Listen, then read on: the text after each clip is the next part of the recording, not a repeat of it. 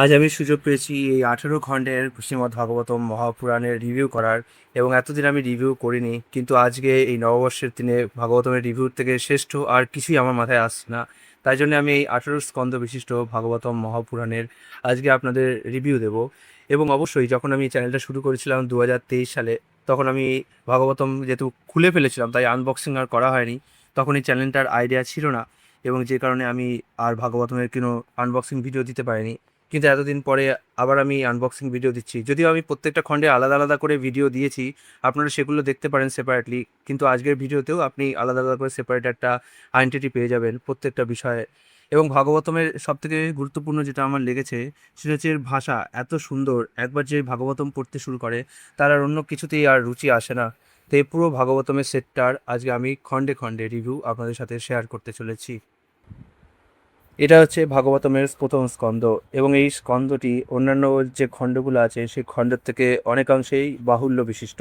বাহুল্য মানে হচ্ছে বেশ মোটা। এই খণ্ডটার প্রথম যে শ্লোকটা রয়েছে সেই শ্লোকটাতেই প্রভুপাদ এত এত বড় তাৎপর্য লিখেছেন যে সেটা সেপারেটলি একটা বই হয়ে যায়। আমি দেখাচ্ছি ঋষিদের প্রশ্ন, ওং নমো ভগবতে বাসুদেবায়। এবং এই ঋষিদের প্রশ্নের এই প্রথম শ্লোকটা দিয়েই প্রভুপাদ একটা বিস্তৃত তাৎপর্য লিখে ফেলেছেন, এবং বিশাল বড় তাৎপর্য আর রয়েছে। এবং শ্রীমদ্ ভাগবতের প্রথম স্কন্ধটাই হচ্ছে পুরো সমগ্র ভাগবতমের একদম সার। বলতে গেলে সমস্ত পুরো ভাগবতমকে বোঝার জন্য আমাদেরকে শ্রীমদ্ ভাগবতমের প্রথম স্কন্ধ দিয়ে শুরু করতে হবে, এবং ক্রমে ক্রমে গ্র্যাজুয়ালি 1 2 3 4 এভাবে যেতে হবে। কখনোই মাঝপথ থেকে পড়া উচিত নয়, ঠিক আছে? যদিও সেটা পড়লে মিষ্টির স্বাদ পাওয়া যায়, কিন্তু প্রভুপাদ বলেছেন যে প্রথম থেকে একদম পুরো 9 স্কন্ধ স্টার্ট করে তারপরে দশম একাদশ এভাবে যেতে। তো এই ভাগবতমের প্রথম স্কন্ধে কী কী রয়েছে আপনাদের আমি একটু সংক্ষেপে বুঝিয়ে দিচ্ছি। প্রথমত, ভাগবতমের এই প্রথম স্কন্ধটা শুরু হয়েছে ব্যাক স্টোরি থেকে। ব্যাক রিভার্স স্টোরি বা ব্যাক স্টোরি মানে আগে ভগবান শ্রীকৃষ্ণের যে অন্তর্লীলা, সেই অন্তর্লীলাকে দেখানো হয়েছে, এবং তারপর থেকে ধীরে ধীরে ধীরে ধীরে ভাগবতমের বিভিন্ন স্টোরিগুলোকে শুরু হয়েছে। তারপরে নারদ মুনির আবির্ভাব হবে। নারদ মুনি ব্যাসদেবকে ভাগবতমের জ্ঞান দান করবেন, কারণ ব্যাসদেব খুব দুঃখী ছিলেন যে তিনি এতগুলো পুরাণ রচনা করেছেন, ইতিহাস মহাভারত বেদ সব কিছু করেছেন, তা সত্ত্বেও তার মনে কেন সুখ নেই। তখন নারদ মুনি বললেন যে তুমি তো ভগবানের দিব্য নাম সেগুলোর গুণকীর্তন করনি, তাই তোমার জন্য মনে সুখ নেই। তখন অবশেষে না ব্যাসদেব ভাগবতম রচনা করলেন, এবং সেটা সুখদেব গোস্বামীকে দিলেন। সুখদেব গোস্বামী সেটা পরীক্ষিত মহারাজকে প্রদান করলেন। তো সেই কাহিনীগুলো আমরা এই ভাগবতমের প্রথম স্কন্ধে পেয়ে যাব। এছাড়াও কুন্তী দেবীর প্রার্থনা, এছাড়া মহারাজ পরীক্ষিতের প্রশ্ন, ভগবান শ্রীকৃষ্ণের তীর্থধান লীলা, পাণ্ডবদের অবসর গ্রহণ, পরীক্ষিত কলিযুগের কীভাবে সম্মুখীন হলো সেসব কাহিনীও এখানে পেয়ে যাব। কলিকে কীভাবে দণ্ড আর পুরস্কার দেওয়া হয়েছে সেটাও পেয়ে যাব। এছাড়াও ব্রাহ্মণ বালকের দ্বারা মহারাজ পরীক্ষিত কীভাবে অভিশাপ পেলেন সেটাও এই খণ্ডেই রয়েছে। এবং লাস্ট যে রয়েছে 49 অধ্যায়, সেটাতে শুরু হয়েছে সুখদেব গোস্বামীর আবির্ভাব।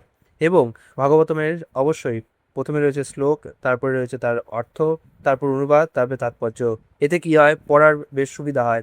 এবং আমি সংস্কৃতের অনেক শব্দ, যেমন অম্বুদি মানে সাগর, এরকম অনেক শব্দ এরকম শ্লোক থেকে আস্তে আস্তে এই যে অনুবাদগুলো আছে না, এই অনুবাদ বা শব্দার্থগুলো এখান থেকেই শিখতে পেরেছি। তো এই হচ্ছে প্রথম স্কন্ধের বিবরণ। এরপরে নিয়ে আসছি দ্বিতীয় স্কন্ধ। দ্বিতীয় স্কন্ধের রয়েছে এই একটা ভাগ, এবং দ্বিতীয় স্কন্ধের মধ্যে মূলত যে কাহিনীগুলো রয়েছে সেটা হচ্ছে জগৎ সৃষ্টির কারণের বিষয়ে। দ্বিতীয় স্কন্ধটা পড়তে আমার একটু অসুবিধা হয়েছিল, কারণ এখানে এমন মানে তাত্ত্বিক আলোচনা বেশি রয়েছে কাহিনীর তুলনায়। সে কারণে দ্বিতীয় স্কন্ধটা তখনকার দিনে পড়তে আমার খুব অসুবিধা হয়েছিল, যেহেতু তাত্ত্বিক আলোচনা প্রচুর। এবং এই স্কন্ধটা পড়ার জন্য আপনাদের একটু ধৈর্য সহকারে, একটু বুঝে বুঝে, একটু শান্ত করে পড়তে হবে। কারণ এখানে কাহিনীর তুলনায় যে অন্যান্য খণ্ডগুলো দেখা যায় যে কাহিনীর প্রাধান্য পেয়েছে, তার তুলনায় বরঞ্চ জগৎ সৃষ্টির যে কারণগুলো কি সেই কারণগুলো বেশি ব্যাখ্যা করা আছে। এবং এর ভাষাগুলো এত এত এত সুন্দর যে যেটা পড়ার জন্য আপনাদেরকে একটুখানি ধৈর্যশীলতা নিতে হবে। অবশ্যই এমনকি বাংলা অনার্সের ছাত্র হয়েও আমার ভাইয়েরও এই ভাষাগুলোকে বেশ কঠিন লেগেছে। তো সুতরাং এই ভাষাগুলো পড়ার জন্য একটু সাধারণভাবে ধৈর্য সহকারে যদি পড়েন, তাহলে অবশ্যই আপনারা এর সারমর্ম উপলব্ধি করতে পারবেন।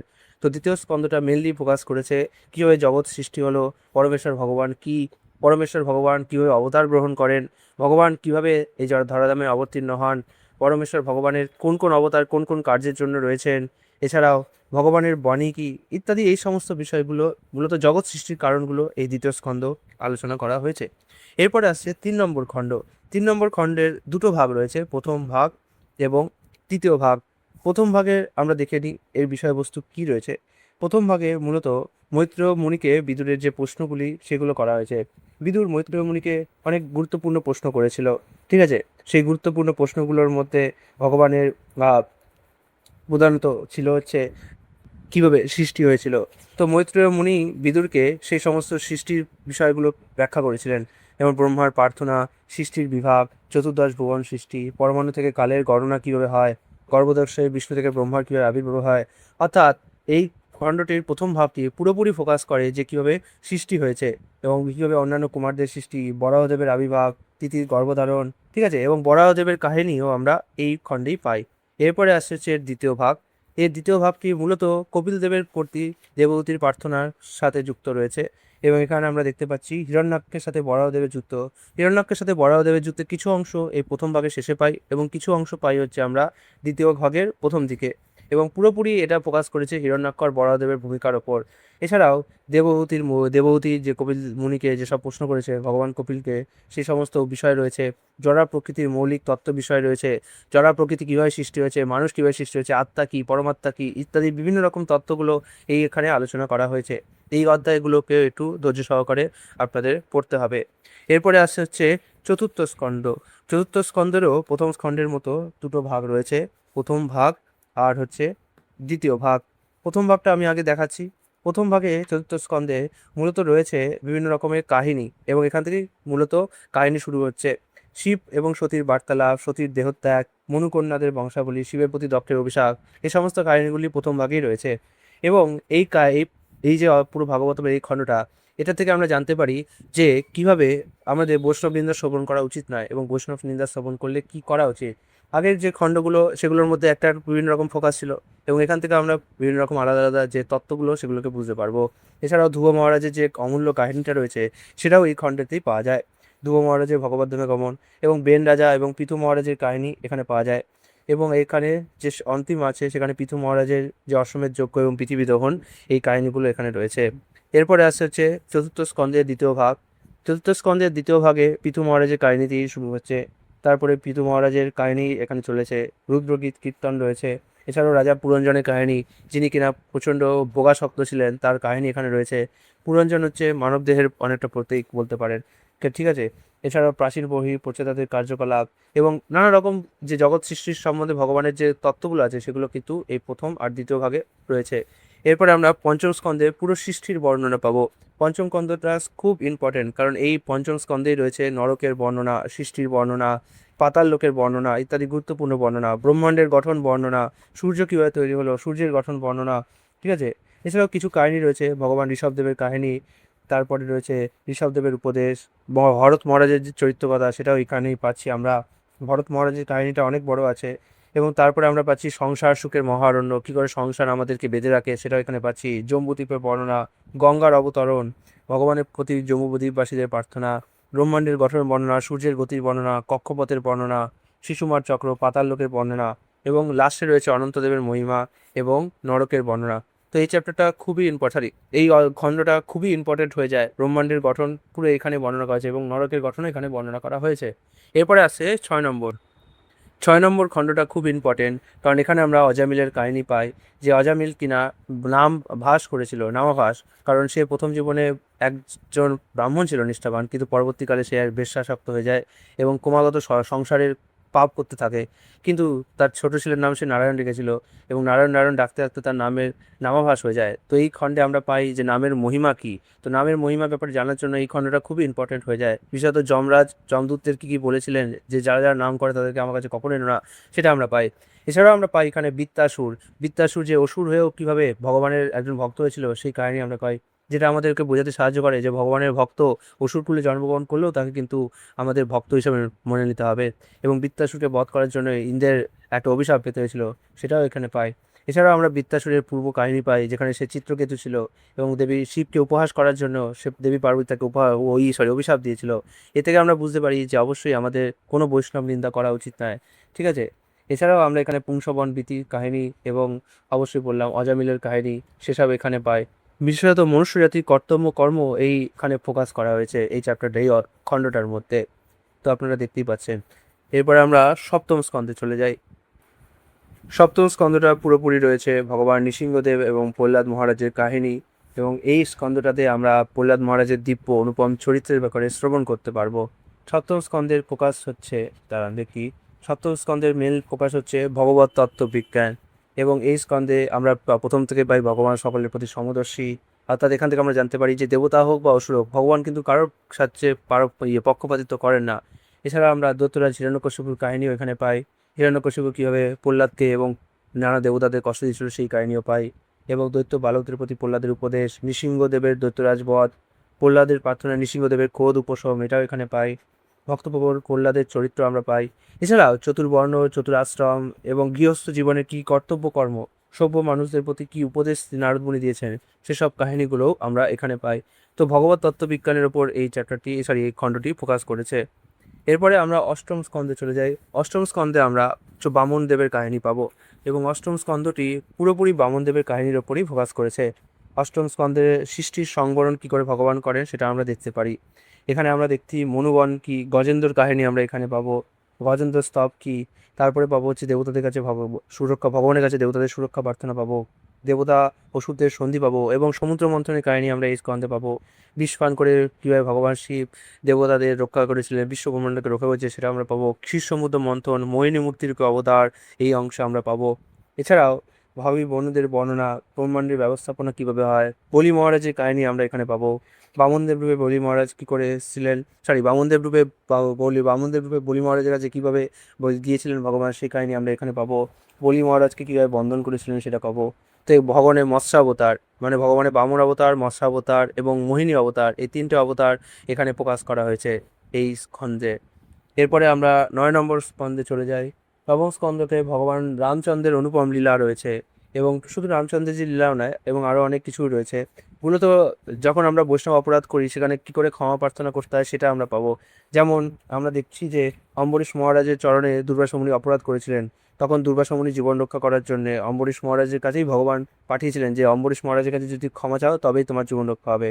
তো এটা খুব ইম্পর্টেন্ট। আমরা জানবো যে বৈষ্ণব অপরাধ করলে কী শাস্তি পেতে হয় এবং তা কী করে আমরা খণ্ডন করতে পারি সেটা আমরা এই অধ্যায় থেকে জানতে পারবো। এছাড়াও ভগবান শ্রীরামচন্দ্রের লীলা কিছুটা এখানে বর্ণনা করা হয়েছে। ভগবান শ্রীরামচন্দ্রের পুত্র কুশের বংশাবলী, মহারাজ নিমির বংশ এবং উর্বশী তারা মোহিত রাজা পূর্ববা, এই কাহিনী এখানে রয়েছে। পূর্ববার পুত্রদের বংশধর, জয়াতির পুনরুৎপত্তি এবং জয়াতির থেকে বংশ থেকেই পরবর্তীকালে ভগবান এই বংশেই যদুবংশ সৃষ্টি হবে এবং এখানে ভগবান শ্রীকৃষ্ণ আবির্ভূত হবেন। ঠিক আছে, এছাড়াও এখানে ভগবান শ্রীকৃষ্ণের, পরমেশ্বর ভগবান শ্রীকৃষ্ণের কাহিনী কিছুটা আমরা পাবো। ওকে, এরপরে আমরা শুরু হয়ে যাবে দশম স্কন্ধ। জয়াতির কাহিনীটা এই জন্যই নবম স্কন্ধ ইম্পর্টেন্ট, কারণ এরপর থেকে এই যে বংশটা আসবে যদুবংশ, সেই যদুবংশেই ভগবান আবির্ভূত হবে। দশম স্কন্ধ হচ্ছে শ্রীমদ্ ভাগবতের সব থেকে বড় স্কন্ধ, কারণ এর 4টি খণ্ড রয়েছে এবং বিশাল বড় বড় কাহিনী এখানে রয়েছে। এখানে 4টি খণ্ড রয়েছে দেখতে পাচ্ছি। আমি প্রথম ভাগটা আগে দেখাই আপনাদের।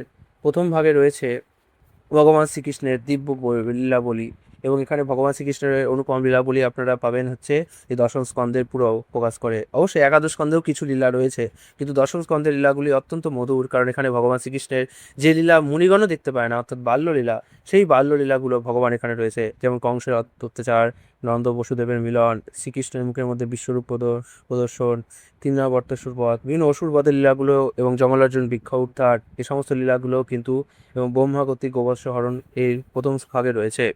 এরপরে দ্বিতীয় ভাগে দেখি, দ্বিতীয় ভাগেও কিন্তু অনেক সুন্দর সুন্দর লীলা রয়েছে এবং এখানে মূলত প্রথমত ভগবান শ্রীকৃষ্ণের বাল্য লীলা রয়েছে প্রথম ভাগে, তারপরে হচ্ছে পৌগণ্ড লীলা রয়েছে দ্বিতীয় ভাগে, আর কৌশর আর যৌবন লীলাগুলো, যদিও ভগবানকে যৌবকের মতো নয়, কিশোরের মতো দেখতে হয়েছে, তবুও যদি কম্পারেটিভলি বলি তো পরবর্তীকার লীলাগুলো ওখানে রয়েছে। প্রথম ভাগের অবশ্য রয়েছে মথুরা লীলা, মথুরা কিছুটা অংশ আছে এবং মথুরা গোকুল লীলা। দ্বিতীয় ভাগে বেশি ভাগ রয়েছে হচ্ছে মথুরা লীলা। তৃতীয় ভাগে রয়েছে হচ্ছে দ্বারকা লীলা এবং চতুর্থ ভাগও দ্বারকা লীলায়। এখানে গিরি গোবর্ধন উত্তরণ লীলা, গিরি গোবর্ধন পূজা, নন্দ মহারাজ তার রাস নৃত্য, এগুলো এখানে রয়েছে। তারপরে শঙ্খচূড় বধ, এই সমস্ত কাহিনীগুলো এখানে রয়েছে। অক্রূরের আশা, যজ্ঞস্থলে ধনুভঙ্গ, কুবলাপির বধ এবং এখানেই শ্রীকৃষ্ণের চানুর বধ অবধি রয়েছে। কংসবধও এই অধ্যায়ে রয়েছে।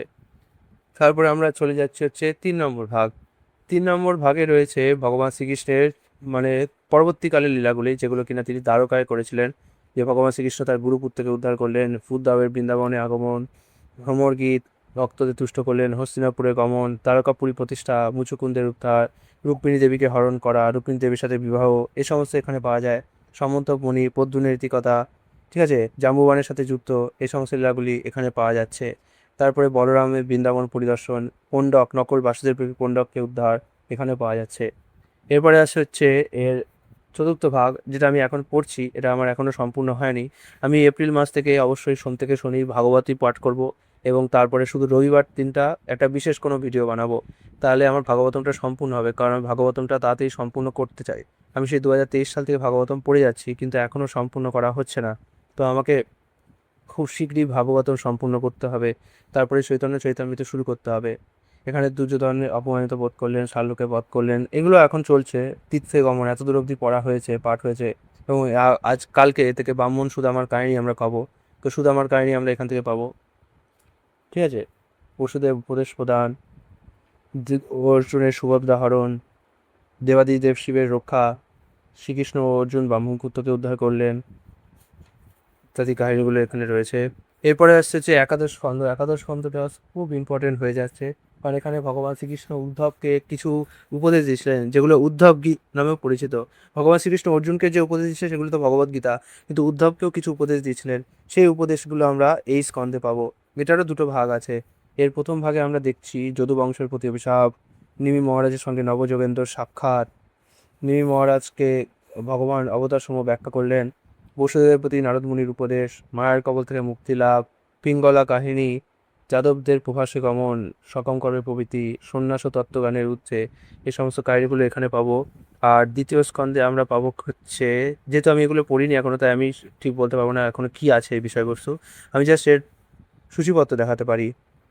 যোগসিদ্ধি বর্ণনা, হংসাবতার, ভগবানের ঐশ্বর্য, বর্ণাশ্রম ধর্ম, পারমার্থিক জ্ঞানের পূর্ণতা, শুদ্ধবর্তী জ্ঞান ও বৈরাগ্য অপেক্ষা শ্রেষ্ঠ, শ্রীকৃষ্ণ কর্তৃক বৈদিক পথের ব্যাখ্যা, জড় সৃষ্টির উপাদান, সাংখ্য দর্শন, অবন্তী ব্রাহ্মণের গীত, প্রকৃতি ত্রিগুণ ও তদূর্তে, ঐলগীত, শ্রীবিগ্রহ অর্চন বিষয়ে ভগবান শ্রীকৃষ্ণের উপদেশ, অর্থাৎ এই চ্যাপ্টারগুলো পাবো।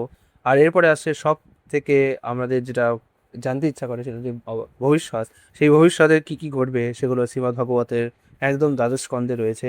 এবং এই স্কন্ধটা হচ্ছে সব থেকে ক্ষুদ্র স্কন্ধ, মানে আয়তনে। অন্যান্য স্কন্ধগুলো বেশ মোটাসোটা রয়েছে, কিন্তু এটা খুব ক্ষুদ্র একটি স্কন্ধ।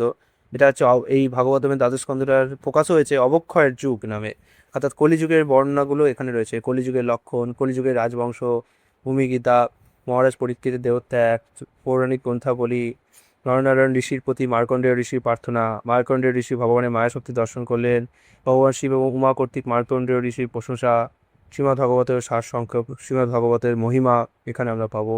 এবং এইভাবে ত্রয়োদশ অধ্যায়ের মাধ্যমে শ্রীমদ্ ভাগবত সম্পূর্ণ হচ্ছে। তো কেমন লাগলো এই ভিডিওটি অবশ্যই কমেন্ট করবেন এবং আমাকে জানাবেন আর কিছু জানতে চান কিনা। হরে কৃষ্ণ।